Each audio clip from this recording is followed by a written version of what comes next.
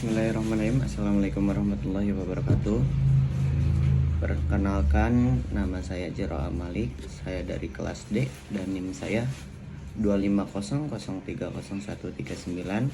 Di sini saya akan membacakan cerpen yang berjudul Senyum Karyamin yang ditulis oleh Ahmad Tohari.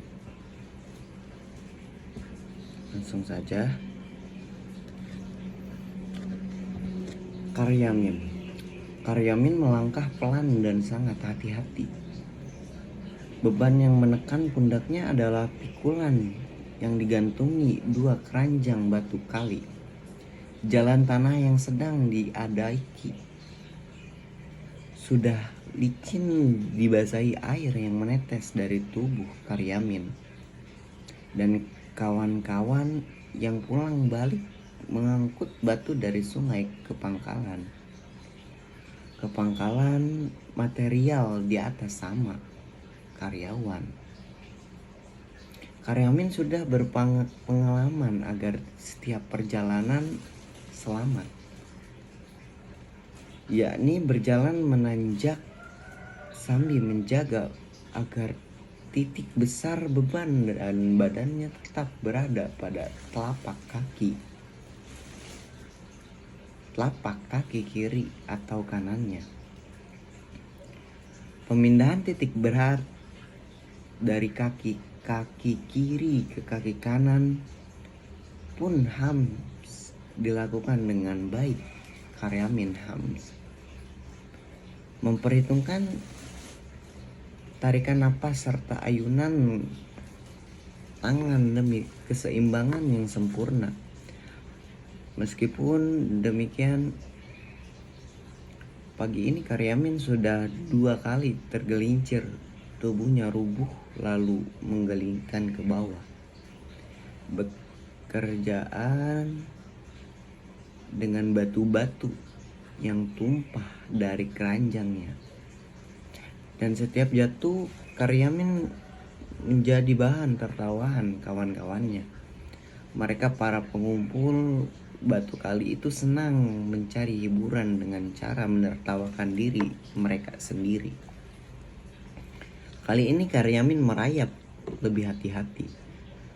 Meski dengan lutut yang sudah bergetar, jerami kaki dicengkramnya ke tanah. Segala perhatian diputuskan pada pengendalian keseimbangan sehingga wajah kelihatan tegang. Sementara itu, air terus mengucur dari celana dan tubuhnya yang basah. Dan karena pundaknya ditekan oleh beban yang sangat berat, maka nadi di lehernya muncul menyembul kulit. Boleh jadi Karyamin akan selamat sampai ke atas bila tak ada burung yang nakal. Seekor burung paruh untuk terjun dari ranting yang menggantung di alas kaki, menyambar seekor ikan kecil lalu melasal tanpa rasa salah, hanya sejengkal di depan mata Karyamin. "Bangsat!" teriak Karyamin yang sedetik kemudian sudah kehilangan keseimbangan. Tubuh bergulir sejenak lalu terjatuh terduduk dibarengi suara 2 keranjang batu yang ruah. Tubuh itu ikut meluncur tapi berhenti karena tangan Karyamin berasa menyengkram. Rerumputan 4 atau 5 orang Karyamin berhak bersama. Mereka para pengumpul batu itu senang mencari hiburan dengan cara menertawakan diri mereka sendiri. "Sudah Min, pulanglah, kukira hatimu tertinggal di rumah sehingga kamu loyo terus," kata Sarji yang diam-diam iri pada istri Karyamin yang muda dan gemuk. "Anak muda petugas bank harian itu, jangan mereka hanya datang setiap hari buat menagih setoran kepada istrimu. Jangan percaya kepada anak-anak muda penjual duit itu. Pulanglah, istrimu kini pasti sedang digodai. Istrimu tidak hanya menarik mata petugas bank harian, jangan dilupakan tukang edar kupon buntut itu. Kudengar dia juga sering datang ke rumahmu bila kamu sedang keluar. Apa kamu juga percaya dia datang hanya untuk menjual kupon buntut? Jangan-jangan dia menjual buntutnya sendiri.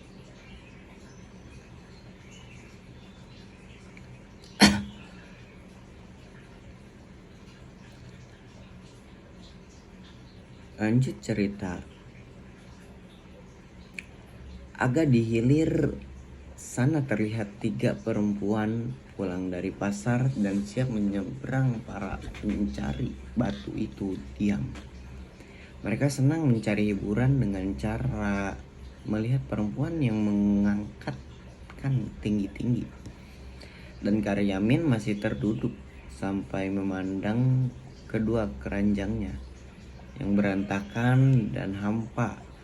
Angin yang bertiupan lemah membuat kulit merinding meski matahari sudah cukup tinggi. Burung paruh udang kembali melintas di atasnya. Karyamin ingin menyumpahinya, tetapi tiba-tiba rongga mata penuh bintang. Terasa ada sarang lebah di dalam telinganya. Lanjut. Sedang meringkuk lemah dari sarang yang dibangun dalam tanah di sebuah tebing yang terlindung. Angin kembali tertiup, daun-daun jati berterbangan dan beberapa di antaranya jatuh kepada sungai daun-daun itu.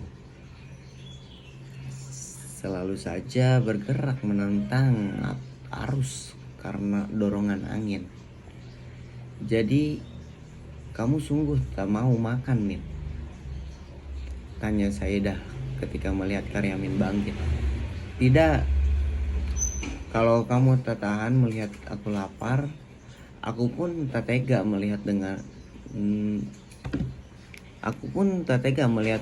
daganganmu habis karena utang-utang dan kawan-kawanku. Ya Min, ya tetap. Lanjut. Maka pelan-pelan Karyamin membalikkan badan, siap kembali turun. Namun di bawah sana Karyamin melihat seorang laki-laki dengan baju batik motif tertentu dan berlangkah panjang. Kopiahnya yang mulai botak kemerahan meyakinkan Karyamin bahwa laki itu adalah Pak Pamong. Nah, akhirnya kamu ketemu juga. Min, ku cari kau di rumah, tak ada. Di pangkalan batu, tak ada. Kamu mau menghindar ya? Menghindar? Ya kamu memang membeling. Min, di gerumbul ini hanya kamu yang belum berpartisipasi. Hanya kamu yang belum store uang dana, Pak Rika. Dana untuk menolong orang-orang yang kelaparan di sana. Nah, sekarang hari terakhir.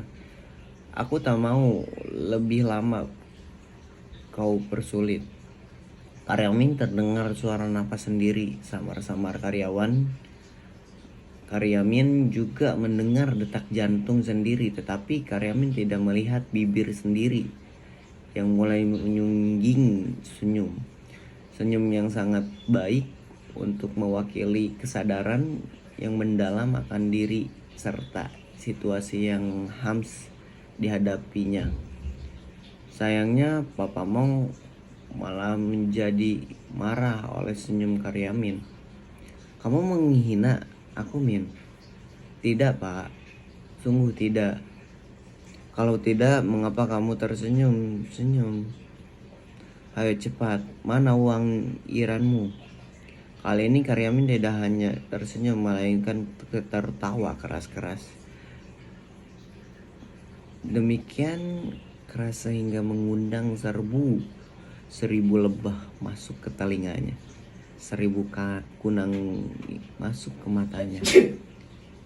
Lambungnya yang kempong berguncang-guncang dan merapuhkan keseimbangan seluruh tubuhnya. Ketika melihat tubuh Karyamin jatuh terguling ke lebah, Pak Pamong berusaha menahannya, sayang gagal. Oke, jadi di sini aku ingin mereview cerpen singkat ya yang berjudul Senyum Karyamin. Jadi Senyum Karyamin itu karya Ahmad Tohari, menggambarkan kehidupan rakyat kecil yang melalui tokoh Karyamin, seorang pemikul batu yang tetap tersenyum meski hidupnya penuh kesulitan, rintangan, segala macam gitu. Dia tapi tetap menjalankannya. Nah, cerpen ini menonjolkan tema ketabahan, tabah kemiskinan dan keikhlasan. Karena sosok Karyamin itu sosok yang sangat tangguh menurutku pribadi. Karena dia diejek, dijatuhkan ini itu dia tetap tersenyum gitu. Dengan simbol senyumnya sebagai cara Karyamin bertahan menghadapi beban-beban hidup. Beban-beban hidup yang dimaksud itu ejekan, hinaan yang dilontarkan oleh masyarakat lain. Gaya bahasa Tohari sederhana namun puitis. Puitis mampu menghadirkan suasana pilu. Pilu itu tanpa kehilangan kehangatan gitu. Jadi, best banget lah. Dan gaya bahasa Tohari sederhana namun puitis. Puitis yang di sini tuh menimbulkan kehangatan yang tadi.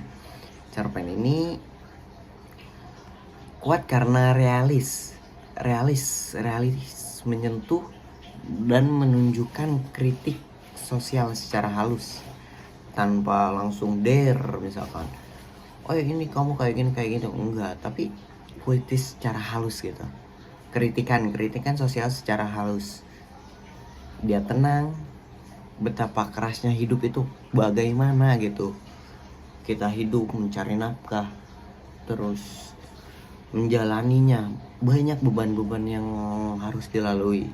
Itu enggak hanya Karyamin, tapi semua makhluk sosial itu pasti mempunyai yang namanya beban hidup atau rintangan hidup.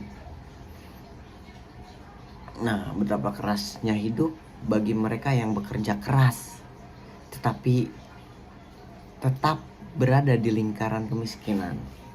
Bekerja keras contohnya kayak gimana? Contoh kayak Karyamin mengangkat batu, terus menjadi kuli pacul, kuli bangunan misalkan. Karena itu keras, suka aja ada yang menindas. Jadi kesimpulannya, ketika kita hidup, kita harus jalani dengan tabah. Walaupun kita misalkan miskin, amit-amit ya, dan kita itu harus melakukan dengan ikhlas. Kerja apapun itu harus ikhlas. Ketika kamu udah ikhlas, insya Allah berkah. Ya, sekian dari saya pamit undur diri. Saya Jeral Malik, see you next time, bye bye.